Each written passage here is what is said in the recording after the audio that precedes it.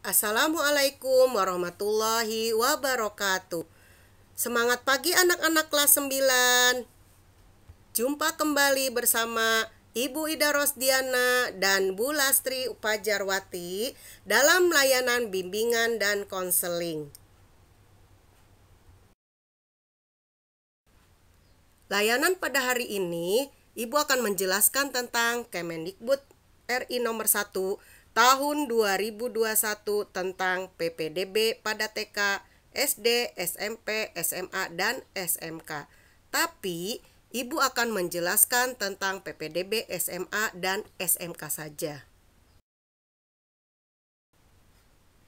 Tujuan materi layanan hari ini, pertama, memahami keputusan Kemendikbud nomor 1 tentang PPDB tahun 2021. Kedua, memahami tentang penjelasan jalur PPDB. Ketiga, memahami cara-cara pelaksanaan PPDB. Penjelasan tentang PPDB untuk SMA. PPDB SMA dibagi menjadi 4 jalur pendaftaran. Dijelaskan dalam pasal 13. Jalur prestasi akademik dan non-akademik ada 30% dari daya tampung. Jalur afirmasi diambil 15% dari daya tampung. Jalur pindah tugas orang tua atau wali diambil 5% dari daya tampung.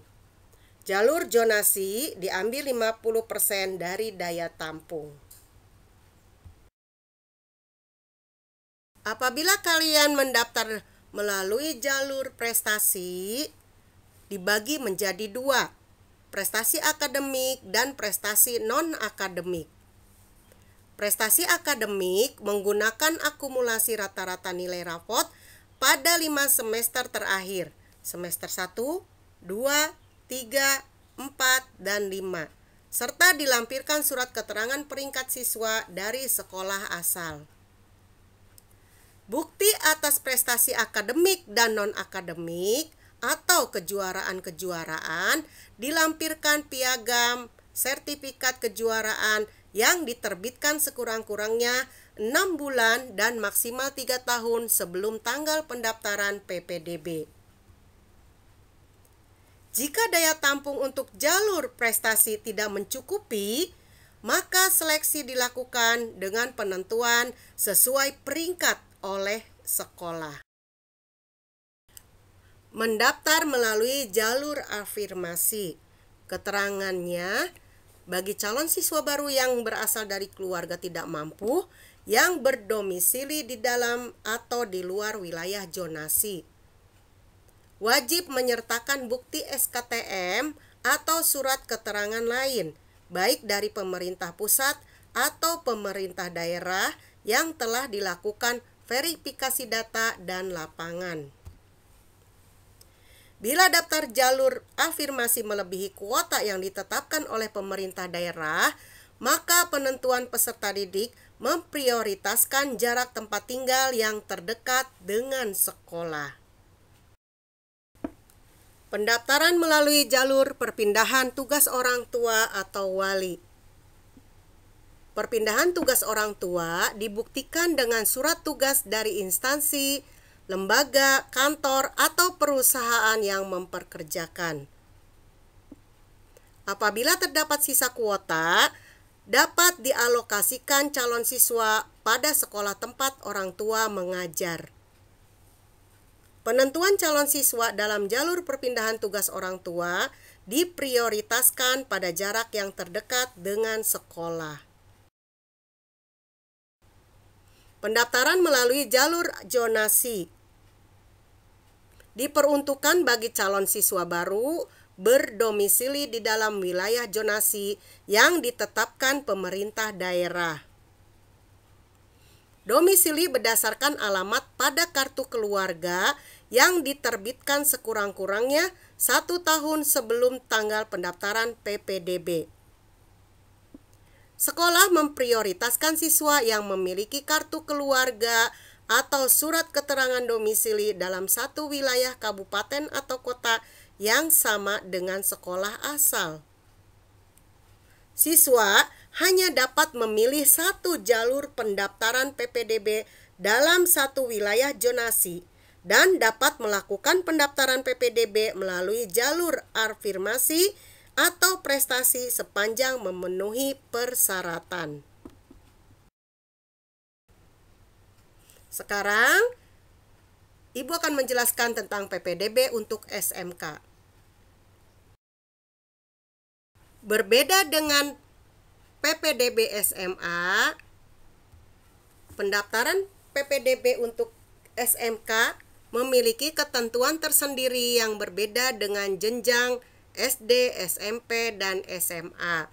Pendaftaran SMK tidak menggunakan pendaftaran melalui 4 jalur.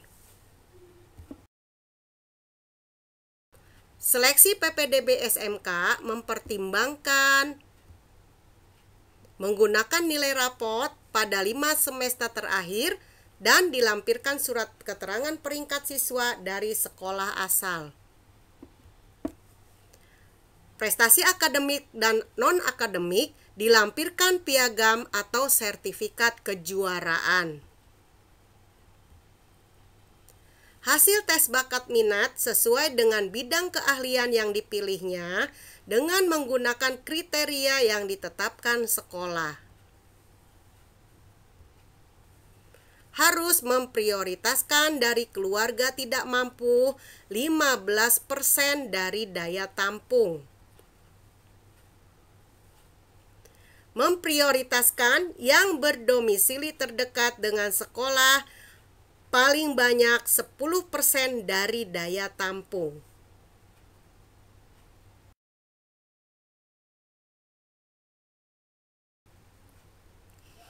Nah, sekarang Ibu akan menjelaskan tentang tahapan pelaksanaan PPDB meliputi: pertama, pengumuman pendaftaran.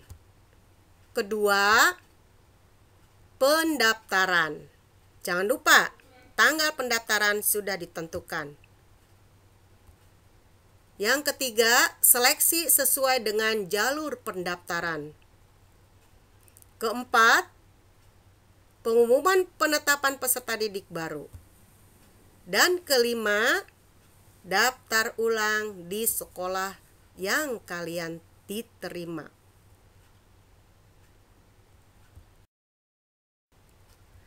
Nah, anak-anakku, itulah gambaran PPDB secara daring atau online sesuai ketentuan Permendikbud nomor 1 tahun 2021. Saat ini, persiapan PPDB masih dalam tahap penyusunan draft atau perencanaan.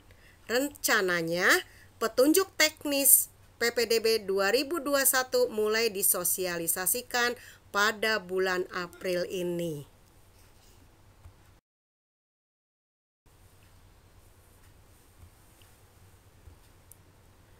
Semoga pelaksanaan PPDB online dimanfaatkan dengan sebaik-baiknya oleh kalian semua ya. Jangan lupa, tugas dan absennya kerjakan di web sekolah. Thank you.